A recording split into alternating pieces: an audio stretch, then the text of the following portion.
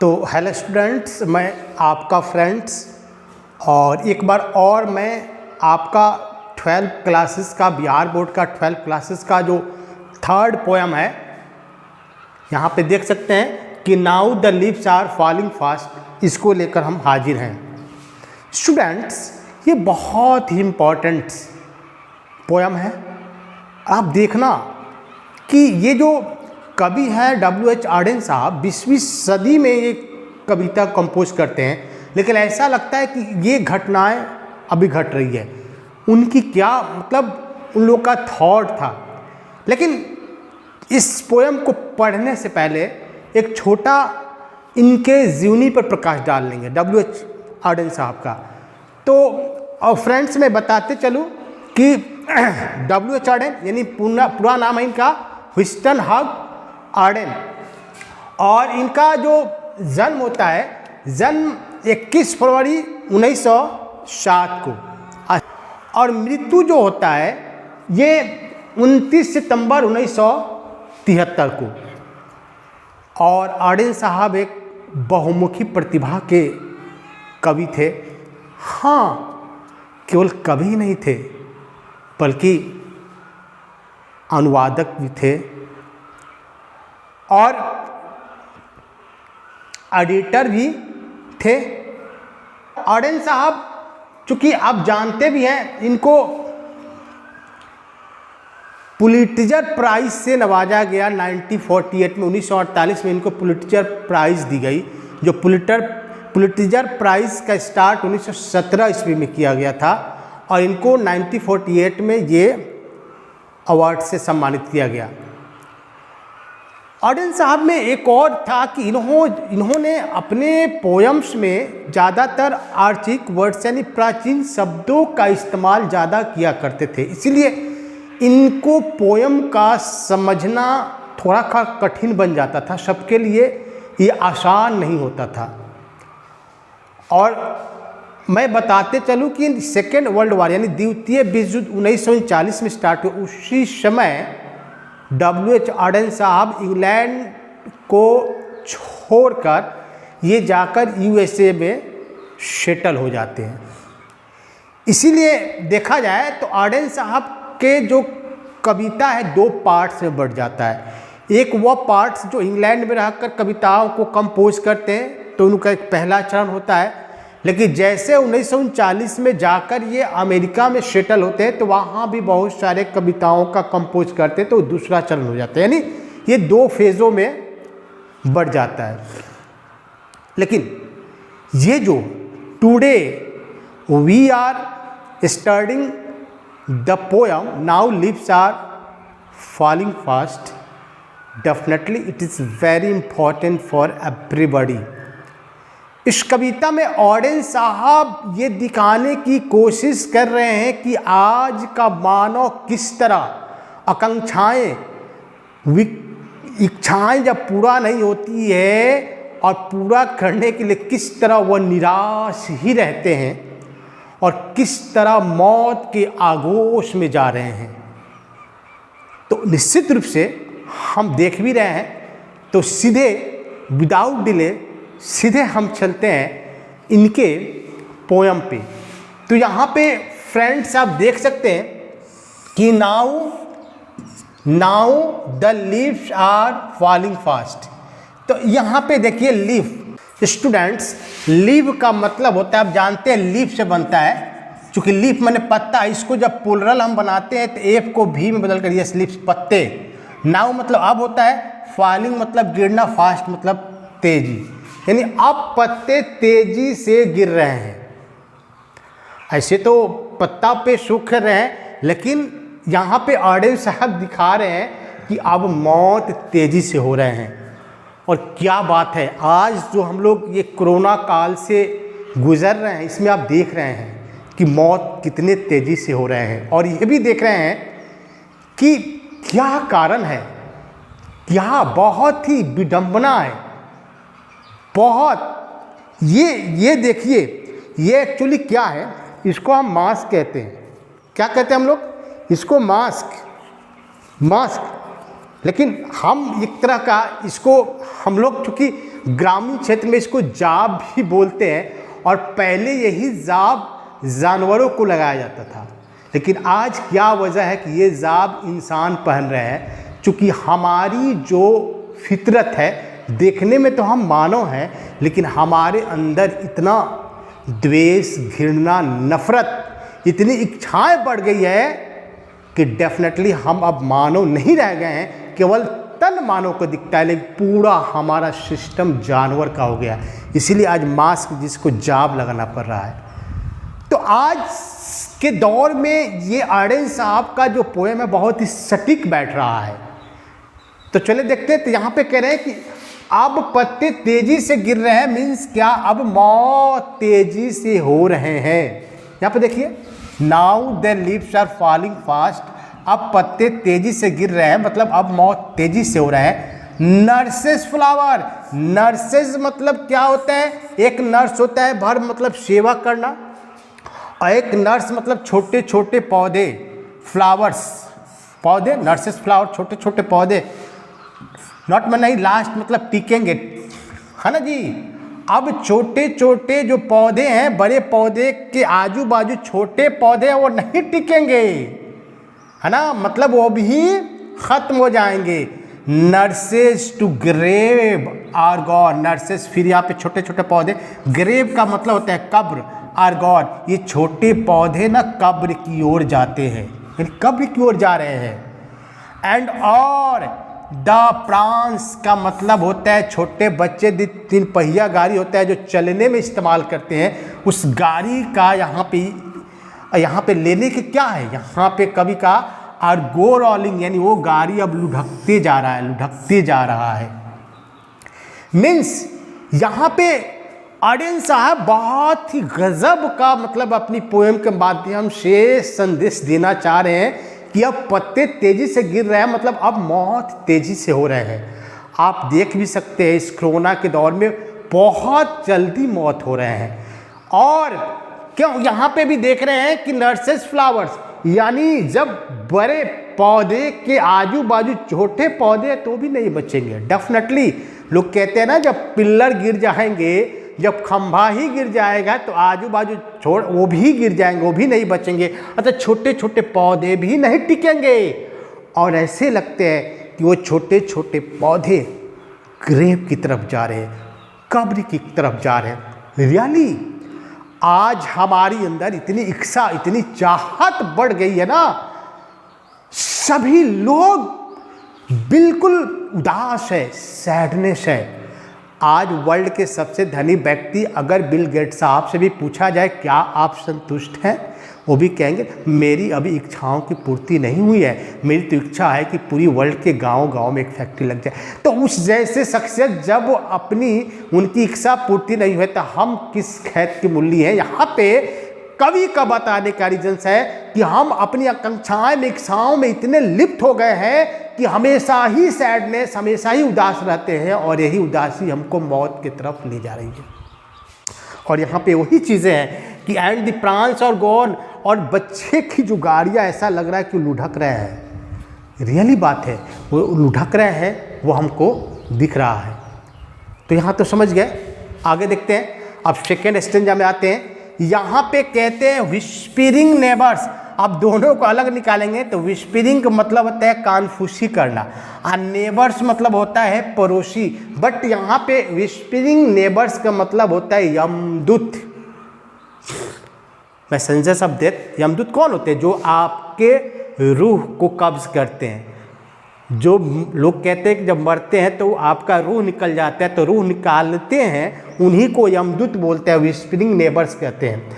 तो लेफ्ट मतलब बायां, राइट मतलब दाहिना, यानी यमदूत दाएं बाएं हैं, है ना।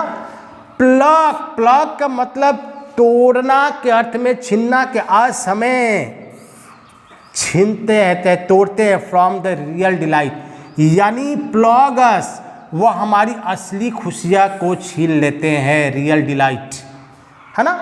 यहाँ पे एंड और द एक्टिव्स, जो हमारा एक्टिव हैंड्स है, जो काम करने वाला हाथ है, मस्ट फ्रीज, ये भी जम जाएंगे। डेफिनेटली जब हम डेथ हो जाएंगे तो एक्टिव हैंड क्या वे भी जम जाएंगे।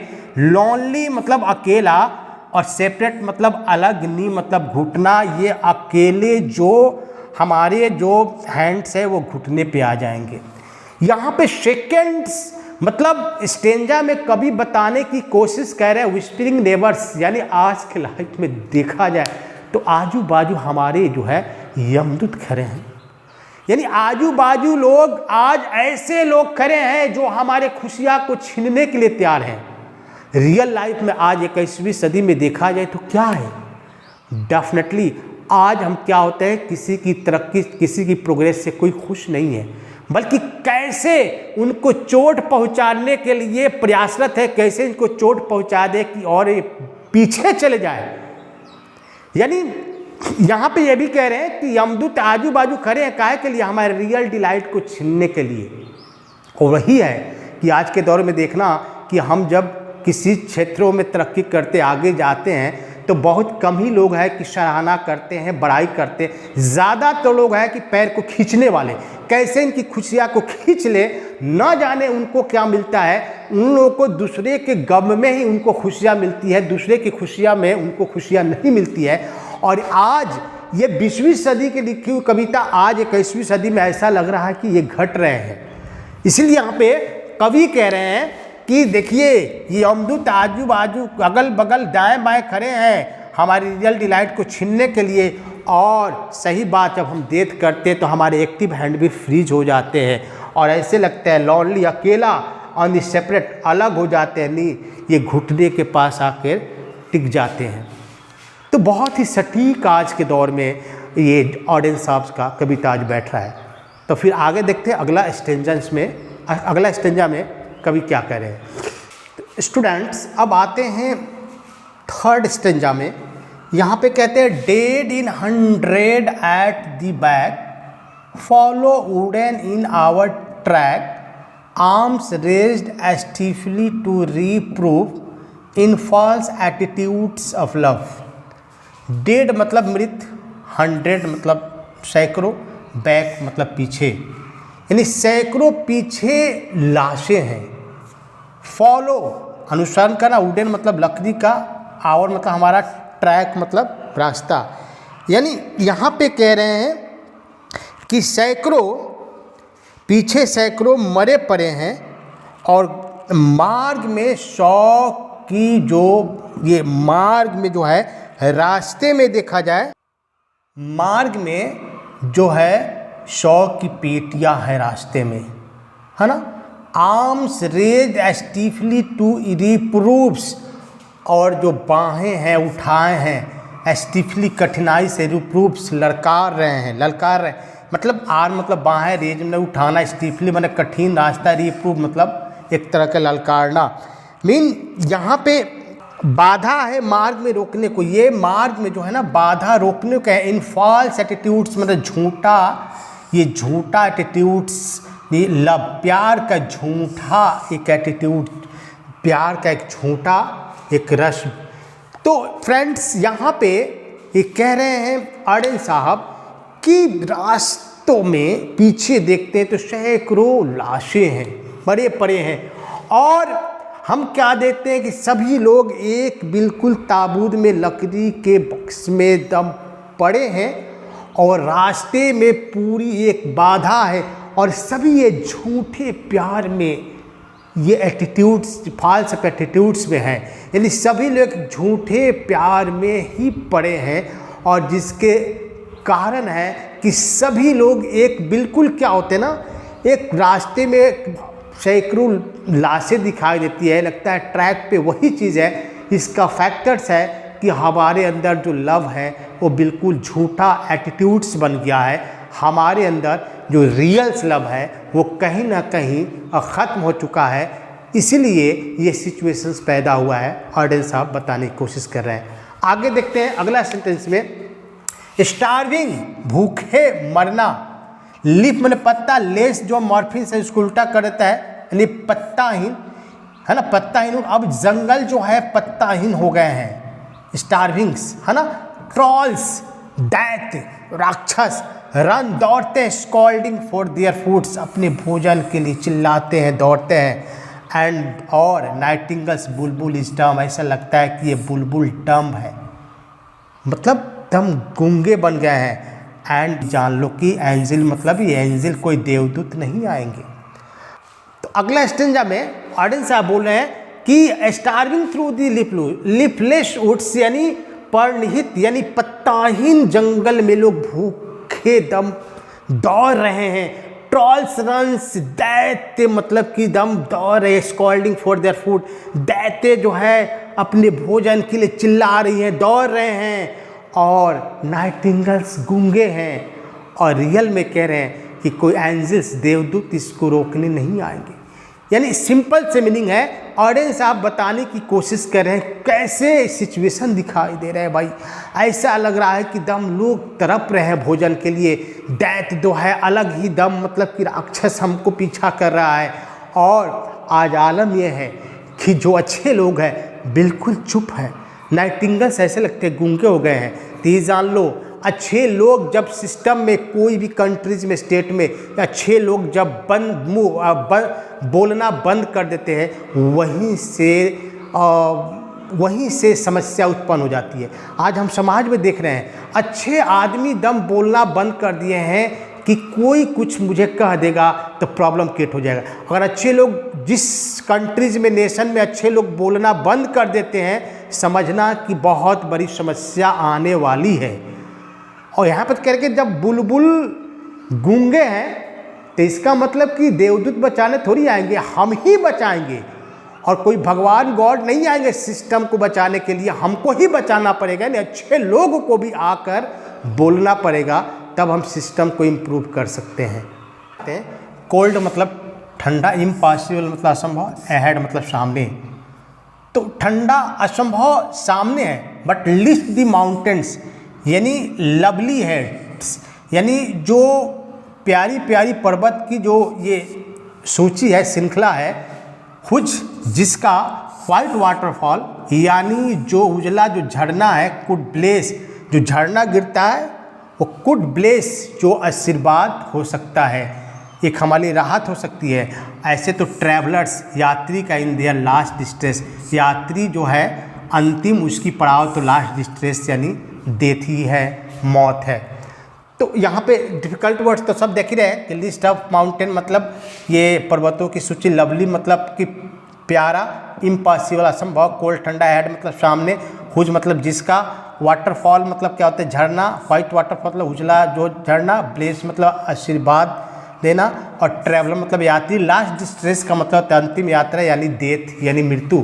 तो यहाँ पे कवि जो लास्ट में कह रहे हैं कि जो ठंडा या असंभव हमारे सामने है, लेकिन जब हम प्यारे प्यारे जो पर्वत के वो श्रृंखलाएँ देखते हैं और वो जो झरना से उजले उजले जब वो बर्फ गिरते हैं ना, वो हमारे लिए एक ब्लेस होते हैं।